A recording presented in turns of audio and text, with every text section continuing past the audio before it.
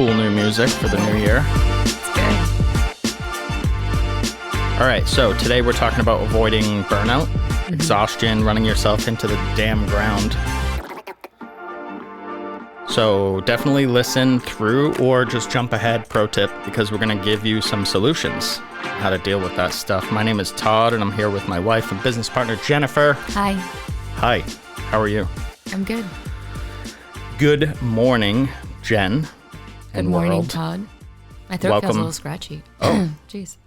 You should go test. Welcome to the Hello Hair Pro podcast. So we're going to talk about exhaustion. Yes. So exhaustion, burnout, running yourself into the ground. First of all, let's separate these two things. So being tired and real exhaustion. They're real burnout, like when you've screwed yourself up. Those are two different things. And for people listening that don't know my background, I had a gym for like 10 years, say nine years, whatever it was. And before that, I worked for a few years coaching for somebody else. And I saw often people would come in, they start working out, it feels good. They start getting some results, whether it's they get stronger, they look better with their clothes off, whatever their goal is, right? So they think, what do you think they think? I'm good. I'm done. I don't know. Opposite. Oh. They think more. Oh, gotcha. If I work out 3 times a week. Oh, yeah. If I work out 9 times a week, it'll be triple the results. That's not how it works. So I've seen people firsthand literally run themselves into the ground over and over and over, repeatedly. Yeah. I remember the gym life a little bit. It seems very far from me. And I do remember telling people at the time that worked for me, because a lot of them went to the gym, and they'd be going on vacation. Like, I need to bring my sneakers. I'm like, no, you need to take a break. You need a vacation. Trust me, like a real break, your body needs that. I do remember that now. Ooh, seems like a long time ago. So the trick is in the recovery. Yeah, that makes sense. And we're going to talk about that a bit as I fix my tea. I've got this like mango green tea I'm kind of excited for. I'm going to leave this off because shout out again to our staff who got us these great cups. Hello Hair Pro podcast. It keeps the tea super hot. So that was like a little promotion right there. This podcast is brought to you by. So let's talk about some things that people can do to avoid that. So if you're down that hole, you probably need more help than a podcast. If you're like lying in bed messed up, you probably feel like you have the flu, which this time of year you do anyways. It's bad. It's bad. I've seen people with some, I don't know if the word scary is the right thing, but it could be. Like I've seen people who have some like central nervous system issues and things after that we have to then work with the doctor that I worked with, and I have to send them there because they're all fucked up and he's got to fix them. And then they come back to me and they're like, well, if I was stronger, that wouldn't have happened. So they just go back in. Yeah. It's a mindset shift. Agreed. So excuse me. Okay. No problem. A frog in my throat. Part of this podcast for me, what inspired me to talk about avoiding burnout, Todd knows because we're married, we live together, is my own personal experience, which I actually am right in the middle of right now. I am one of those people that works, and thinks if I work more, things are going to get better, and don't really know how to take a break. I don't even generally know how to sit down. And yesterday you visited the doctor that I sent people to. I did. And I am one of those people, like if you really are feeling truly exhausted, I think there's a few things that you can take out of this podcast, but part of it's going to be proactive sooner than later. So I had some wrist issues the beginning of 2021, and I took care of them with ibuprofen and different rub oils to help go away. And what I learned yesterday was it did temporarily go away, but the body is this amazing machine that will compensate whenever it needs to keep you going. So what my body did was it allowed my wrist to feel better, but used other parts of my body while my wrist was still ailing, but I didn't realize it. So currently I am in a state where my neck, my back, my whole arm, my elbow, all of them are in pain. And it's because I didn't get it treated back last year. So it's just compiled. So I think part of this industry where it's so repetitious and we're doing the same thing over and over, getting yourself checked out and seeing a doctor sooner than later is really important to avoid burnout physically, which I am currently doing. Agreed. So one of the things that I talk about too, I used to talk about it all the time in the gym. If somebody got injured or hurt or whatever, they went out for a run, they came back, their knee's not feeling quite the same. And look, it's possible that it happened. There was a moment, but 99% of the time, this was something that was coming on for, it could be years. Yeah. And years. I actually forgot about my pain last year at the beginning of the year until I went yesterday and we were talking about stuff and I'm like, oh yeah, now this is making sense where this is coming from. And my body just was like, I can help you get through this till I just can't anymore. And it's because I had a break around Christmas and then it was like, shit just hit the fan. Yeah, your body needs to fix that. And your body can if you get out of its way. We'll talk about that after. So real burnout, not a joke. Being exhausted isn't fun. Let's talk about this is how this podcast is going to go. We'll talk about some of the causes and then we'll loop back around and we'll talk about how to fix them. Yeah. And I'm sure Jen has some stories in there that you'll sprinkle in for some fun. Sure, I can think of something. So where do you want to start with causes? I had schedule first. I don't have mine in any particular order. I don't know if you I do. actually love schedules. I think that's a great one because what I have found over my 62 years of doing this. 63. 63. It's a new year. Shoot. Is that a lot of times service providers, stylists, barbers, I'm sure the same, they come in late. I mean, they come in early, they stay late to accommodate all of their clients to get them in. And then they're irritated or they're feeling exhausted because of all that. And they're blaming it on the client when if they just stuck to their regular schedule, worked that, put people in where they had actual spaces, their whole schedule that month would be filled better and more in a way that you can work more efficiently and you're not working all these crazy hours and then you're mad about it, but really you're the one that kept saying yes. What else you got? Which goes into people pleasing, which I know you have on. Yeah, people pleasing is one of the causes I have on here for being exhausted. I think when you constantly say yes or you're willing to do anything, and look, man, when I started training people, I would, Saturday, 5 p.m., I got you, I'll be there. Now, clients don't care if you even work Saturday. Right. Everyone, you've got to realize that everyone is the main character of their own story. Yeah. So they don't know.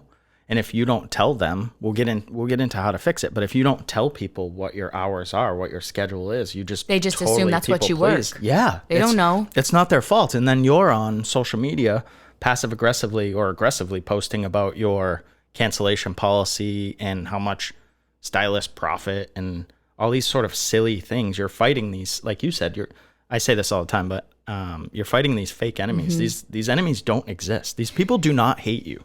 Right. Your clients probably love you. They want you to be healthy. They might not even know. Successful. Or you said you'd come in early and they said thank you and that was enough for them, but you were looking for more than that. And why should you? So I think when you get to that point that you're posting passive aggressively on Facebook, like you're already getting to burning out. Which is like 99% of you fuckers out there. I know, seriously. And I'm like, if I was a client seeing this, like what the heck? Such a turn But really, you're mad that you did all of this outside of your own boundaries.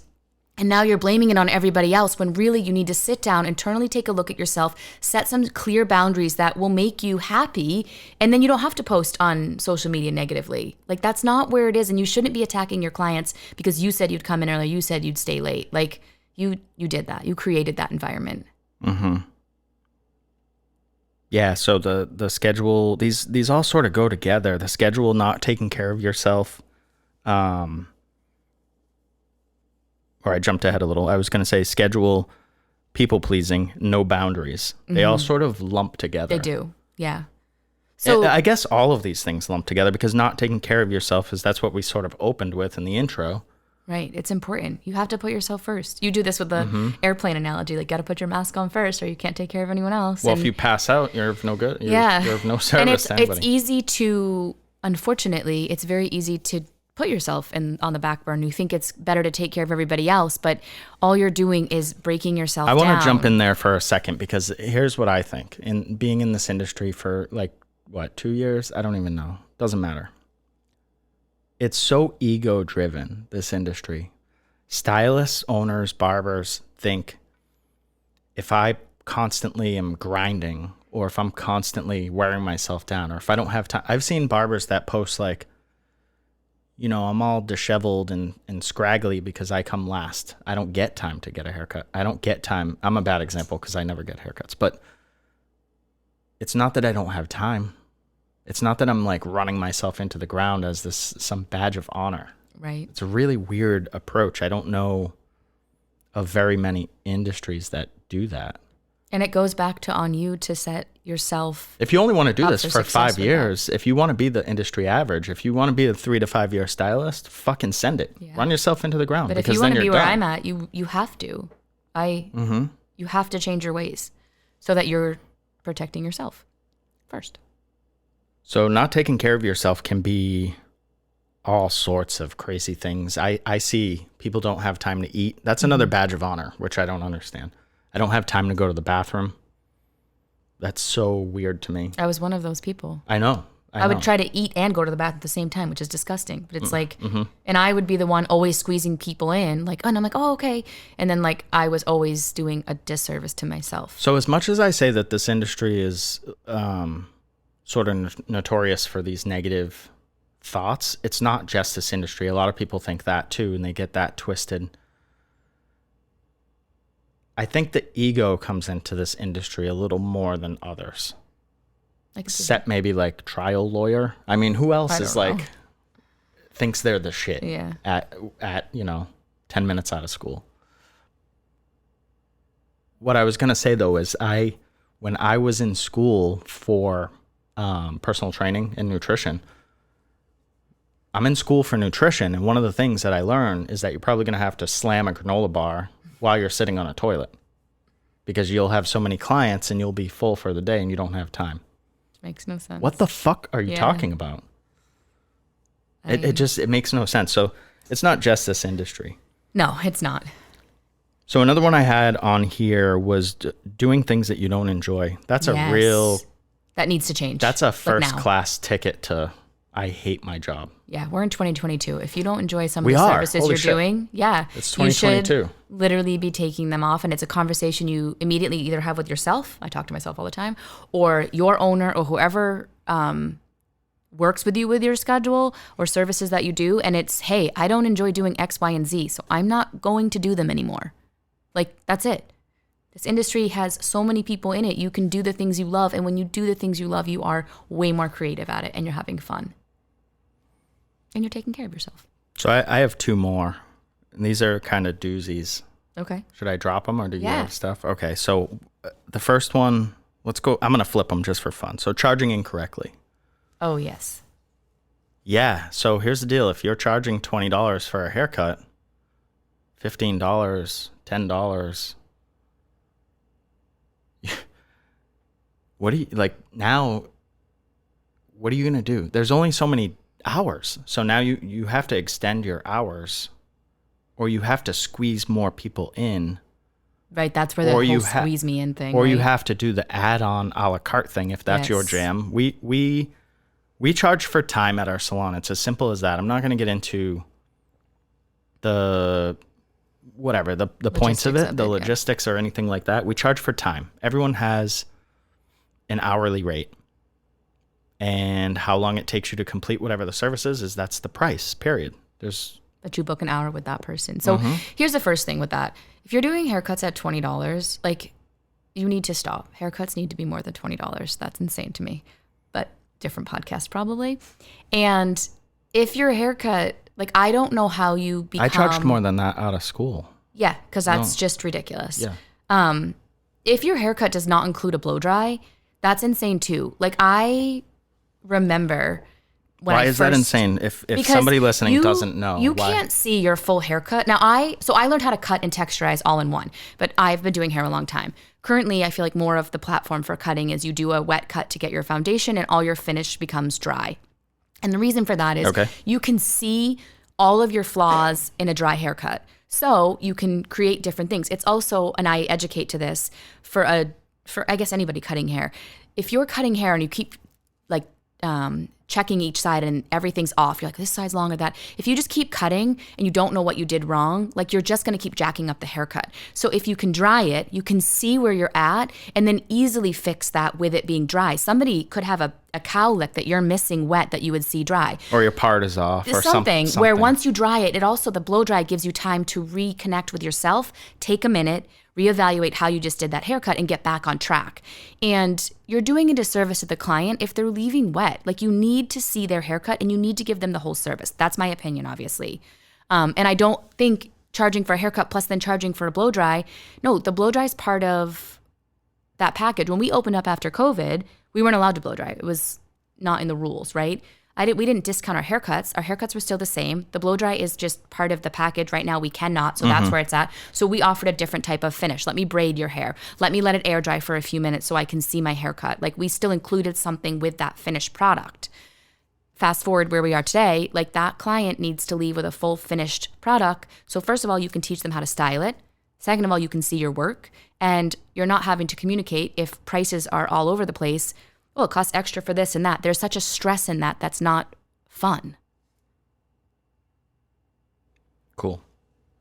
Thanks for breaking that down because I don't know if everyone listening.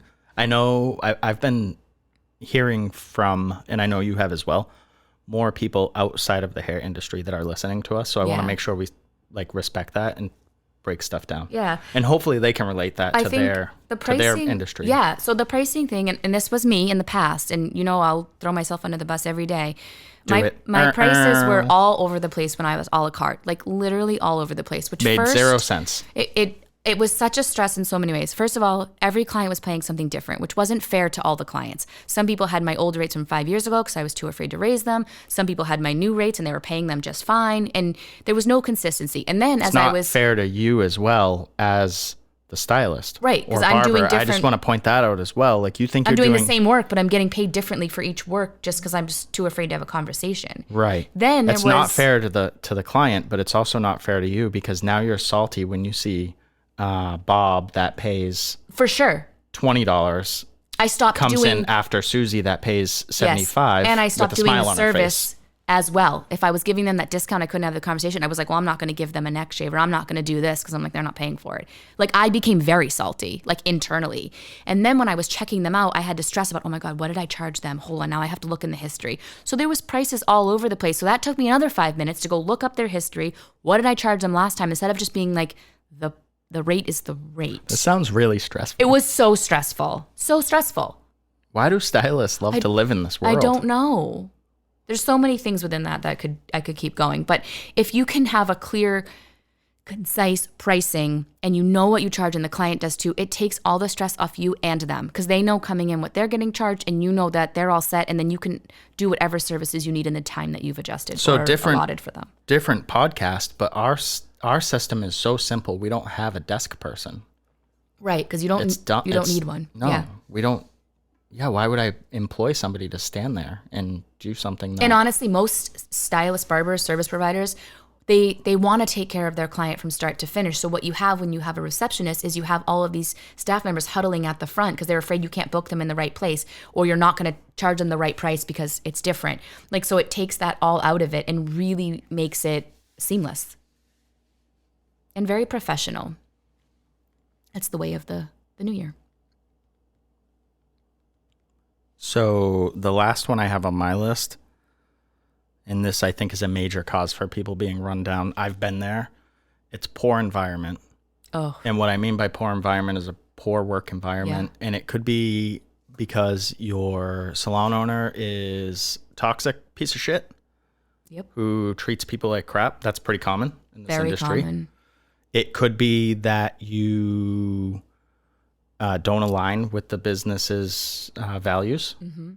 It could be that the salon is constantly dirty because you are the only one, or in your head, you're the only one that cleans and has respect for the space. I could go on and on. It could be that your employer is being held captive by another employee because that employee brings in a lot of money, and now the owner is afraid to let that person go, even though their salon is a sinking ship. Yeah. If you're not watching on YouTube, I just did a hand thing. I know all of these ship. so well. It's more of a dolphin. If you haven't been listening, I owned a salon prior. So I've gone through, as an owner, all of these feelings that were just said. And it is really tough to deal with. And it's hard to lead a great environment, or I like to use the word salon home, when these things are all off. I had all of those. I had people that only felt like they clean. I had the toxic employees that I felt prisoner to, all of that. And it's not fun. Not like the Britney Spears toxic. No. Like bad. Yeah. Toxic. It was bad. All right. Just wanted to clarify. For people listening, I don't know. Maybe they don't Here's know. the thing. Like, for salon owners, like, you have to clean up your salon and create the environment you want to work in. At the end of my venture in my last salon, I personally didn't even want to be there either. So when people quit, I was jealous. I was jealous that they were leaving because I'm like, I want to go with you.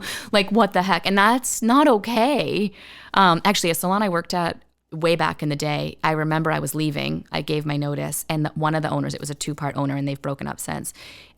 She brought me into the massage room, was like, if you leave, I want to come with you. And I'm like, you own the salon. And she's like, I know, but if you leave, I can't stay here. And I'm like, I don't know what you're going to do with that. And at the end of my last salon, I feel like it was like I went back to that moment because I was her. Like, I was like, these people are leaving that I wanted to work with. And I'm like, I want to go with you, and I can't because I own this salon. I'm stuck here. So if you make me, we'll edit this out. But at your last salon, you had a handful of stylists who pulled you aside and offered to buy out your business partner. Yeah.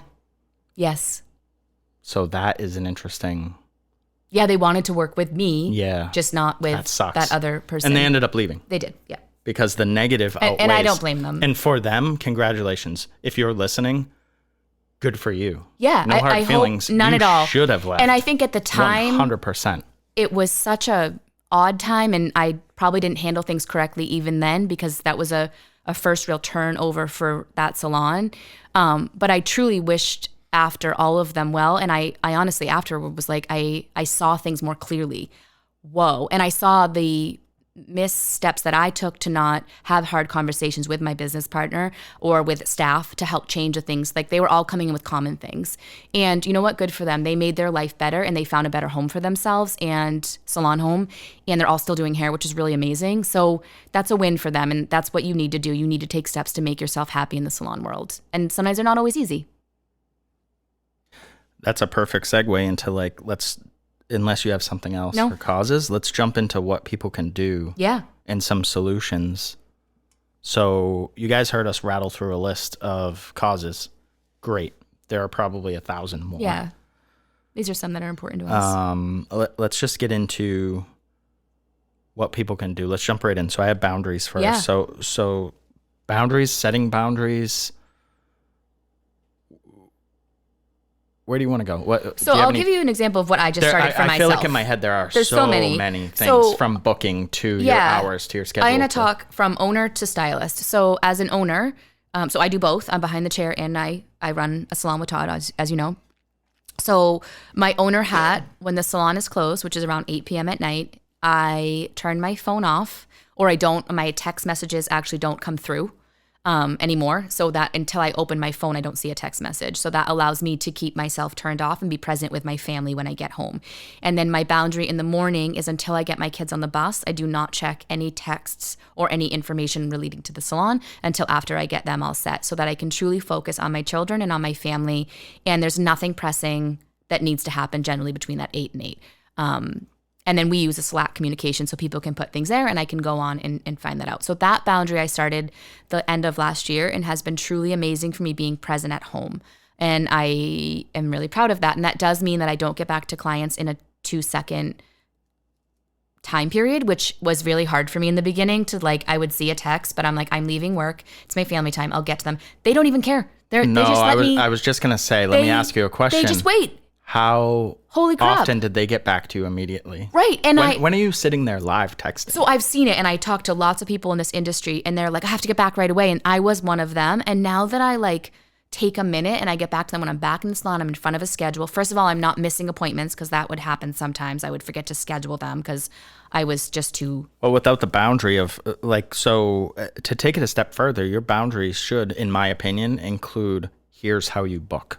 Yeah. And it's not my cell phone. It's not my personal cell Right. phone texting me. Yeah, so you Book have online. right? Or you can call. Online to me is the best because it's just so simple. I agree. Yeah. But so that boundary was I don't want the to first call. one. I don't like calling. I don't even call when we order a pizza. I make Yeah, you do it. I know. Or I go online. They have the online. Yeah. And Just now do I that stick and to my click cash. schedule too. What my hours are my hours, and I love that also.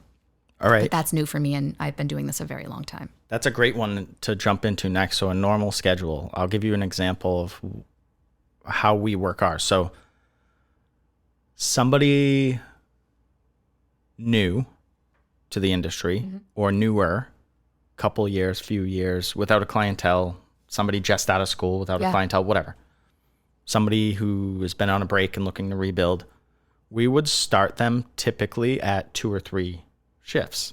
Yes. So You do not need to work 7 days a week. If you can't fill 2 shifts, you can't, by adding a 5th, Yeah, you're just sitting around, and it's toxic. it's disheartening to see one haircut a day instead of to see 2 full days. Yeah. Or 1 full day even.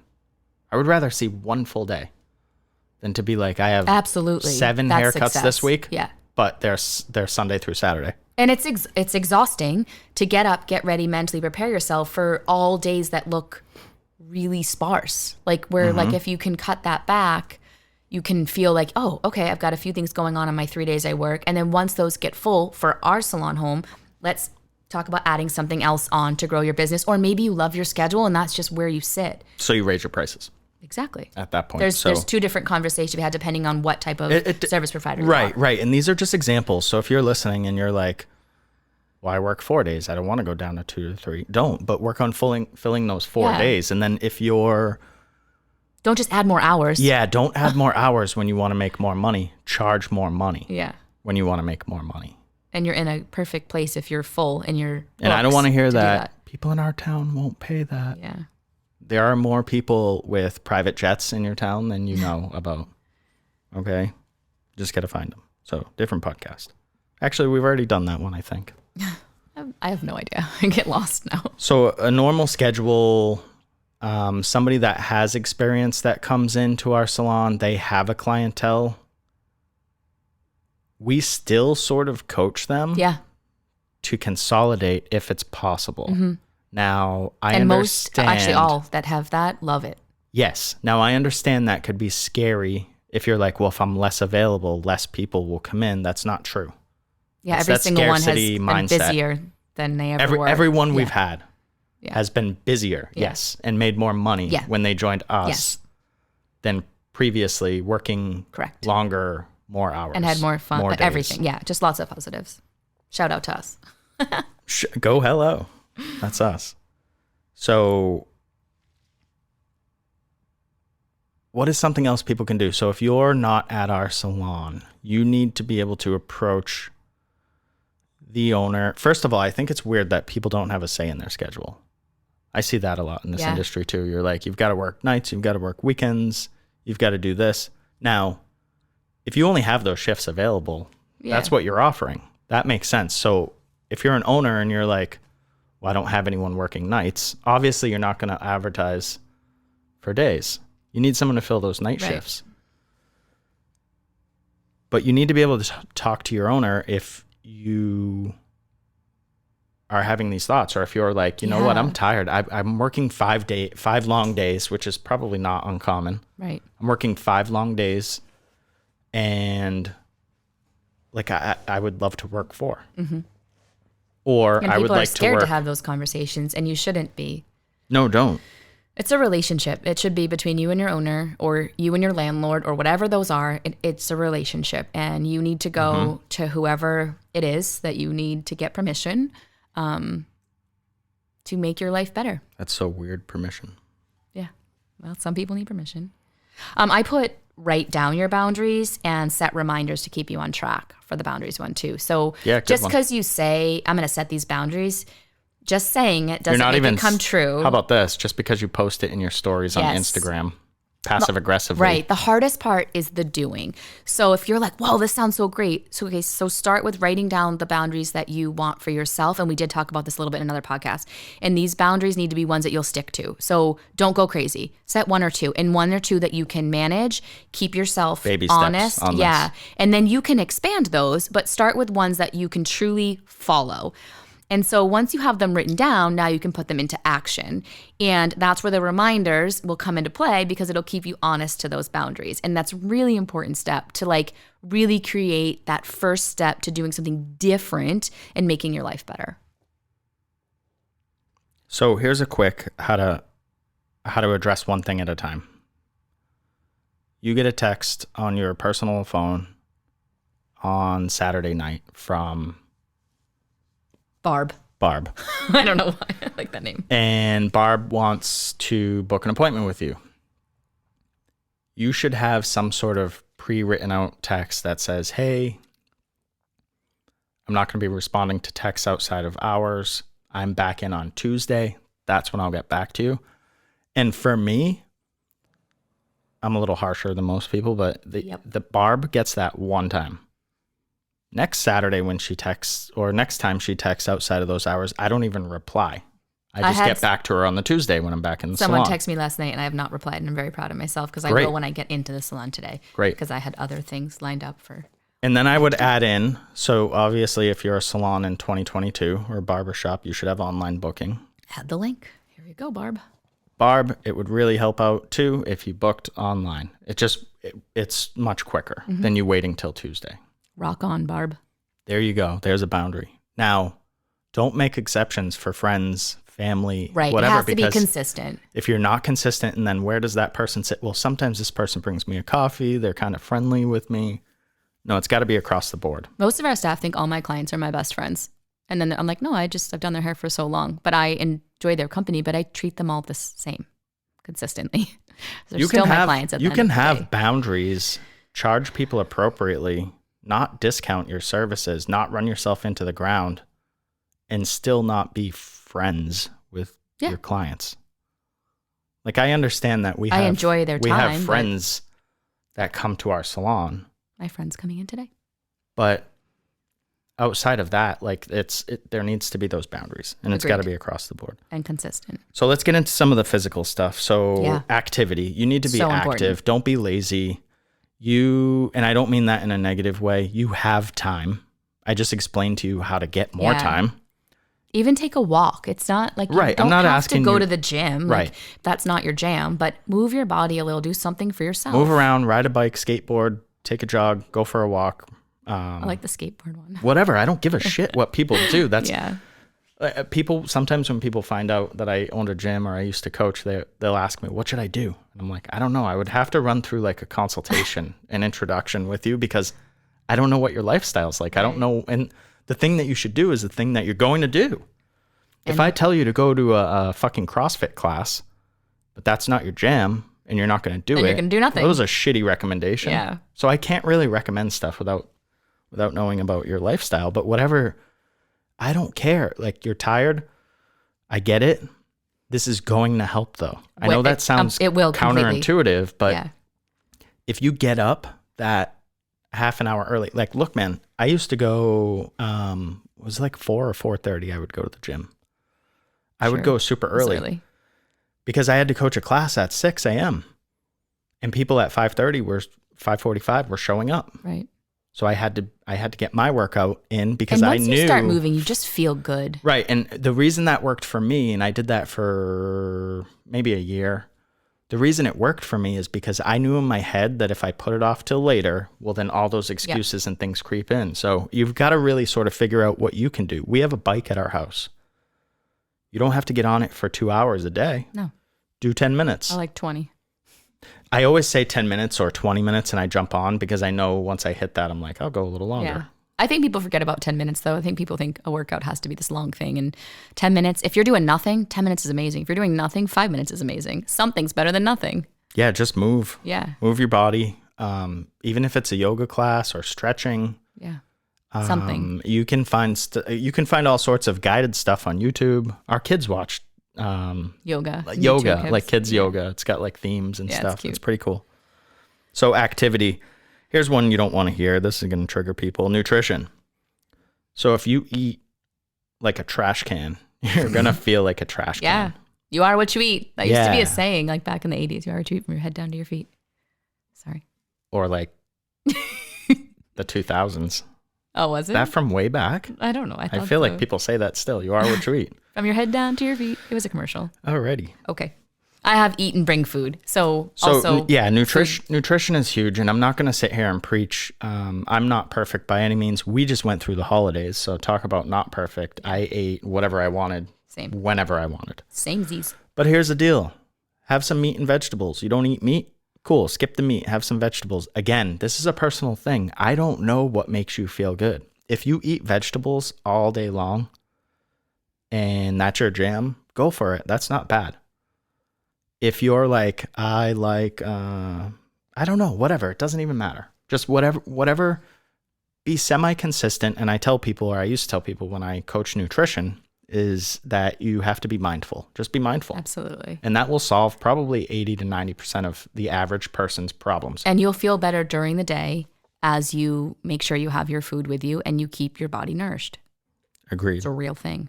Mm-hmm. Drink water. Yeah. That's a big one for me. And I actually coach our staff on that. Drink water, drink water. Drink water. It's a big deal. I have this ginormous water I drink at work every day. People love to, here's one that's not, this will trigger people too, but people in this industry love to run off of coffee. And I don't get it. You're not doing, first of all, I'm not trying to be mean. You're not doing good work. Your hands are visibly shaking. You're running around a salon or a shop spastically. Your hair's a mess. I made that last part up, but it's pretty funny. You're picturing the caricature person, for sure.